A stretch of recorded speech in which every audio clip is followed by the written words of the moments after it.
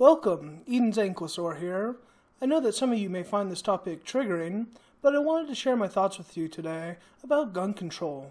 I was investigating burkinis and zombie knives, a new topic of criticism on Twitter, and was drawn into a debate with what I had thought at the time was a rhetorical straw man, someone playing the devil's advocate poorly in order to make the opposing argument stronger.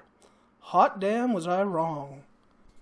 We eventually got to the point where the straw man made the argument that increased gun ownership actually decreased gun violence. He then dropped this amazing graph as if the argument was won, and nothing more needed to be said. Setting aside some of the graph's obvious omissions, like the lack of a timescale or the complete absence of any description as to what the plotted points actually represented, I had no idea what the vague term gun ownership referred to. Did it include guns owned both legally and illegally? Were handguns included? What about firearms used for hunting, sport shooting, or in competitions? Did it include guns owned by military or law enforcement personnel? I needed to know what gun ownership meant. I realized that I probably wouldn't get any straight answers from Yosemite Sam here, so I went out and did a little research on my own.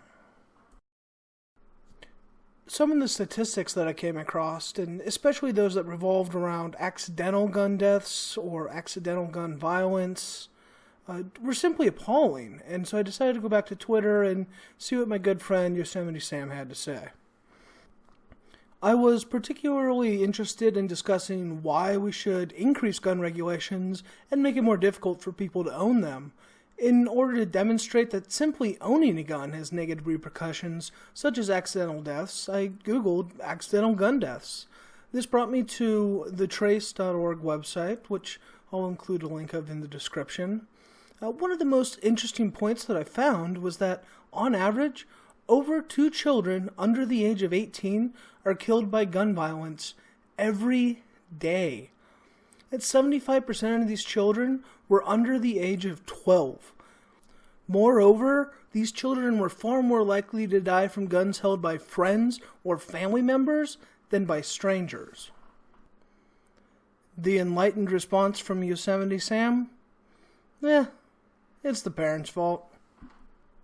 His rebuttal also included that parents could use that gun to protect their children. When I questioned his assertion about the efficacy of guns protecting people at such a prodigious rate, Yosemite linked me an article which clearly proved that guns prevent violence. I'll include this link in the description as well. Out of curiosity, I clicked on a few of the data points, some of which dated back to 2005, and I noticed that many of the incidents were actually initiated by guns. Even though I'm a staunch advocate for increased gun regulations, and I believe that more guns inherently lead to more violence, I also believe that gun ownership can be beneficial and can be used for personal protection in certain situations. To investigate this belief, I looked into a few of the instances where guns were able to prevent rape, one of the options that the website offered. Over the course of who knows how long, there were only 2 reported incidents where gun ownership prevented a rape. In one of those incidents, a gun was actually used to initiate the rape. Clearly, an appeal to this individual's intellect wouldn't work. Personally, I've never seen the efficacy or legitimacy in it, but SJWs are running rampant in society using their appeals to emotion, so I figured I'd give it a try. More than 59 toddlers under the age of 3 have shot someone in the last year. Some of those shootings were fatal.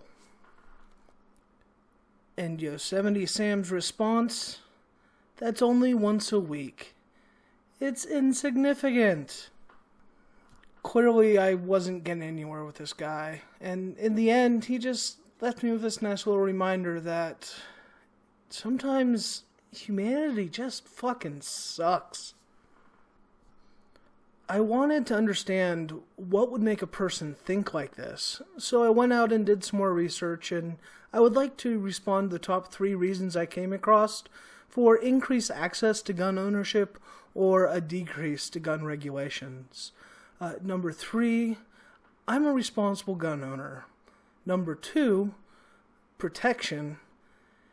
And my favorite, number 1, it's my constitutional right. Number 3, but I'm a responsible gun owner.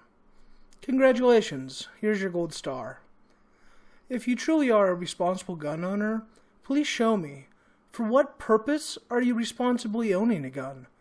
Are you a hunter, sport shooter, or involved in some law enforcement activity? Okay, I can understand that.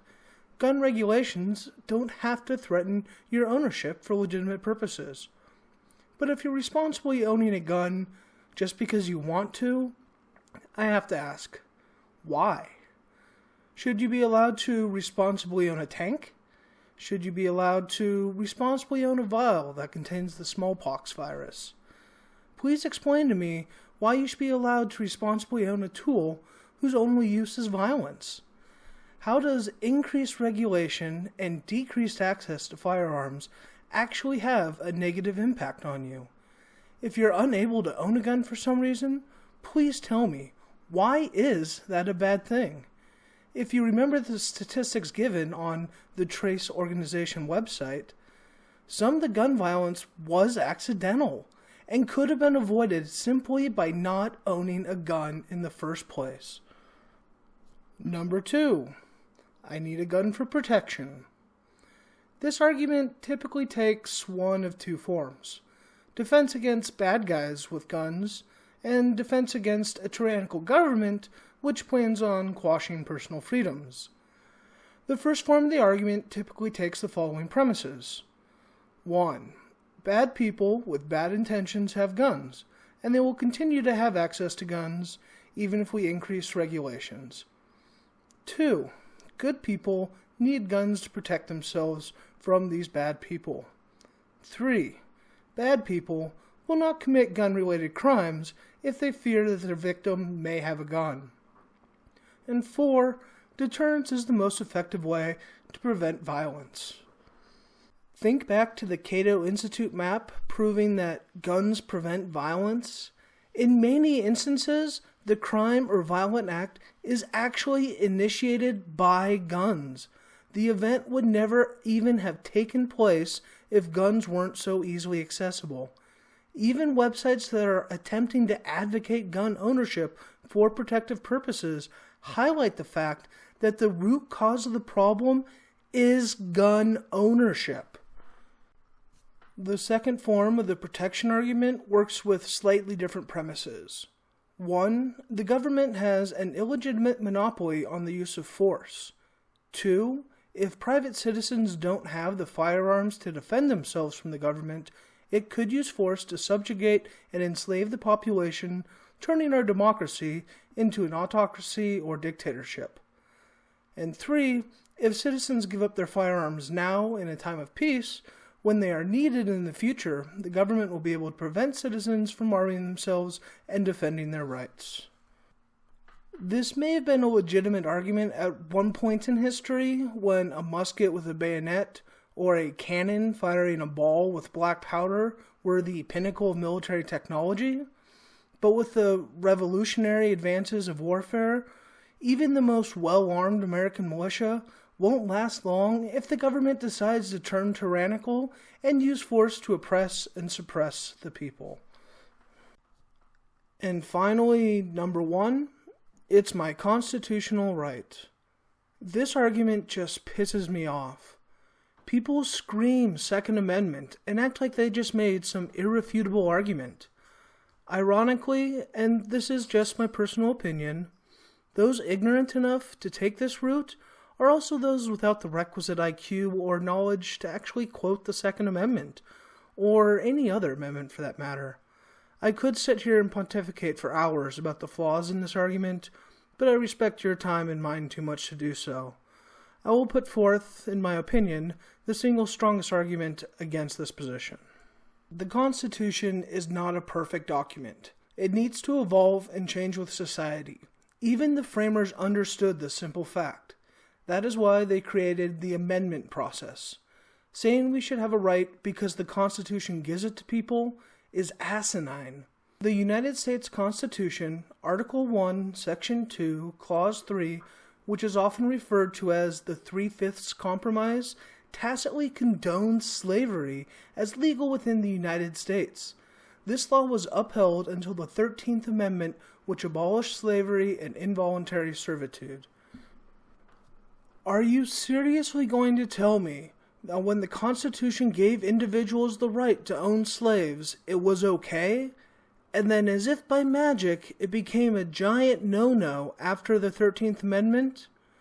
Whether you're a decent human being and believe that slavery was never acceptable, or a giant douchebag that only recognized the evils of slavery because the Constitution told you so, we all know that slavery is wrong.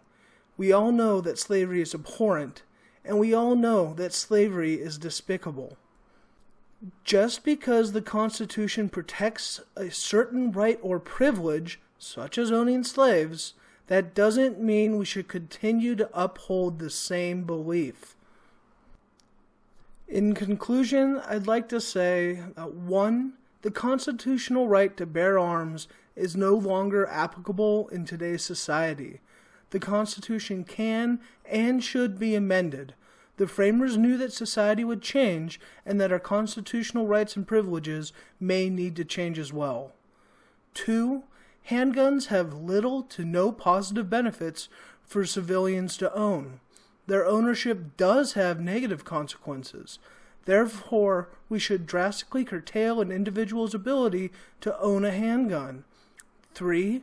There has never been a legitimate reason for a civilian to own a high-powered automatic firearm. Private individuals should not have access to these types of weapons for any reason. Therefore, gun regulations need to be stricter, both in terms of who can possess firearms and what type of firearms they have access to. If you disagree, please let me know. Make a response video and indicate where my logic is flawed. I would love to hear what you have to say.